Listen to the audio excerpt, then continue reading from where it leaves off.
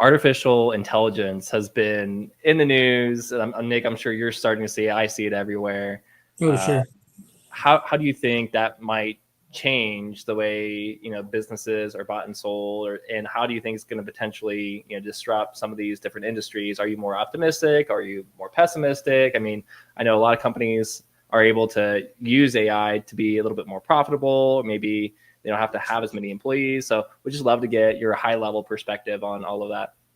It's pretty high level. Honestly, I haven't dabbled with it maybe as much as I should have, Sure. But I've heard anecdotally a lot of interesting stories.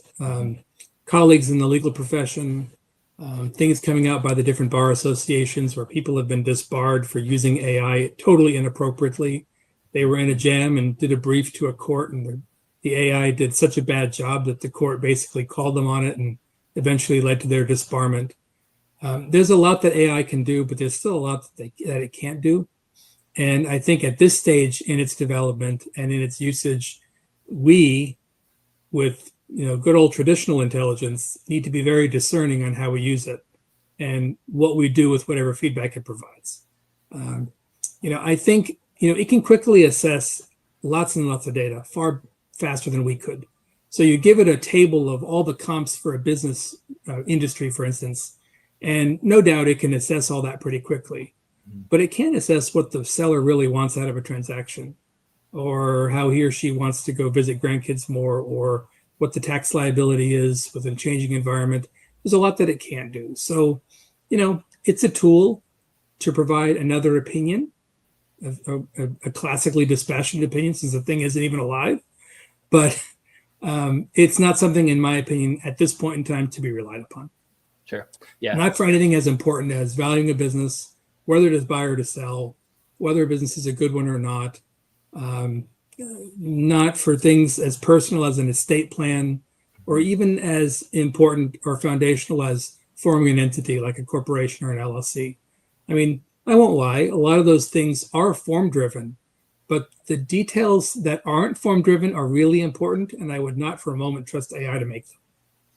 Yeah, most certainly. AI doesn't have a soul, right? Right. And so I think, with something as important and as intimate as, selling your business or talking through your estate plan, yeah, people absolutely want someone who has that experience, who's helped, other individuals through that whole process, that understands them, not just as, understanding their financial situation and their goals and objectives, but them individually as a person. So I totally agree with you. But, over the next, 5-10 years, I will be very curious to see how businesses can use AI to continue to optimize operations, or, create more content in a way that, can help them grow and expand their business. So I'm just kind of curious to see if you're, seeing, any hints of that.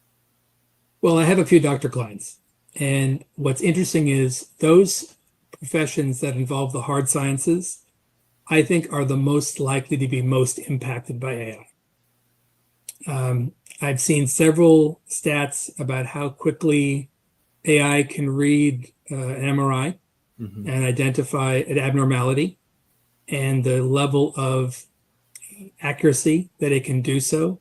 And I've also heard from those same physicians that that's true, but it still takes a human's eyes to confirm, and there's still a factor of error that is wildly consequential if you just run with whatever AI says in either direction.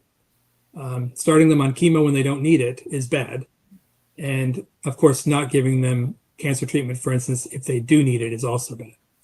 So it's a tool. It's a tool like so many other technologies. It's a tool that could be misused to a point of harming a client, but it also allows for extra efficiencies. And I think it's going to make its biggest impact in the near term in those areas where there's a clear answer from a scientific perspective. Sure. But, things that are more touchy-feely, like, should I sell my business now?